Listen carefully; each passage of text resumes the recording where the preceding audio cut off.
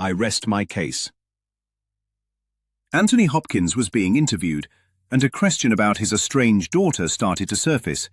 He cut it off fast, because he knew exactly where it was going, and he did not want to turn a private wound into public content. The interviewer tried to make it personal by bringing his own distance from his father into the room, asking for guidance. Hopkins gave a simple answer. He reached out long ago, nothing came back, and he was done talking about it because he did not want to hurt her. That moment is the doorway. Not because the facts of Hopkins's family are the lesson, but because the mind's interpretation of my child is the lesson. The ego turns family into a courtroom and calls it love. A Course in Miracles turns the courtroom back into a classroom and calls it mercy. The mercy of being wrong.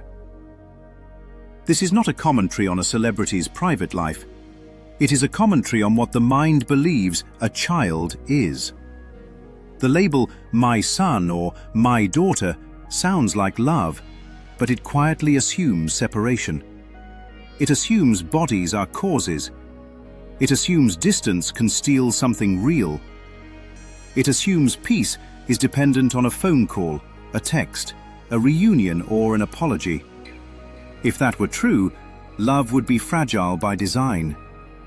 If love can come and go with circumstances, love is not love. It is a contract, and contracts always expire. This is why the tide metaphor carries weight. As the tide rises, all boats rise. It does not matter which boats are speaking, angry, damaged, polished, or silent. The rising does not negotiate. Healing does not require agreement from form. As one mind is healed, all minds are healed, because there is only one mind. So the pain was never about a son, a daughter, or a phone call. Those were symbols used to protect a belief in separation. Now the Course places a clean scalpel on the core assumption. Be glad that the mind is wrong. Only illusions can be wrong. Truth does not require correction, so gladness is not cruelty. Gladness is mercy. Because if something hurts, disturbs peace, or feels unresolved, then whatever is being believed cannot be true. If it were true, peace would be impossible. This is why letting it go often fails to bring peace. Behavior can be dropped while the belief is protected. Calling stops. Asking stops. Pleading stops. But underneath, the mind still insists something happened, something was lost, something must be resolved. That is not release. That is restraint. And restraint is exhausting. Peace does not come from endurance. Peace comes from correction. The ego does not merely want the story. The ego wants the story to function as proof. Pain is treated as evidence that separation is real. If the heart aches, then someone must have caused it. If someone caused it, then bodies must be causes. If bodies are causes, then the world becomes a courtroom and judgment becomes justified. So the ego is not primarily invested in reunion. The ego is invested in a verdict. The ego does not fear loneliness most. The ego fears innocence most. Because innocence collapses the legal system of the mind, and the ego survives by keeping the case open. A closed case means no grievance. No grievance means no separate self to defend. No separate self means no egoic identity to maintain. So one unresolved relationship becomes a life support machine. One last conversation, one last apology, one last outcome that would finally justify the self-concept. That is the idol, not the child, not the parent.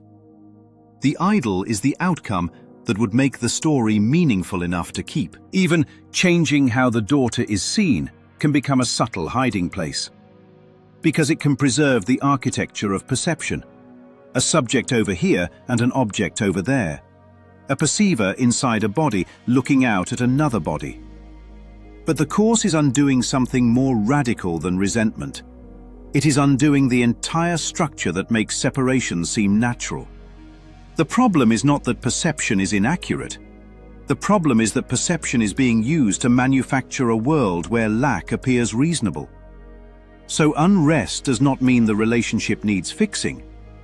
Unrest means the mind is still trying to extract salvation from form. Still trying to purchase peace with an outcome. Still trying to make completion dependent on another figure in the dream. But peace is not the prize of a repaired story. Peace is the absence of the need for a story. This is where true forgiveness becomes surgical. Not pardon, not coping, not acceptance with a heavy heart. Forgiveness is the recognition that what seemed to happen was a misinterpretation serving a purpose. And the purpose was always the same: to keep a separate self right and therefore real. So the correction is not aimed at the daughter. The correction is aimed at the decision to use the daughter as a witness for separation. The assignment is withdrawn. The subpoena is cancelled. Testimony is no longer demanded from an image. Then the closing line becomes calm and final. No attempt to change the daughter. No demand for a call.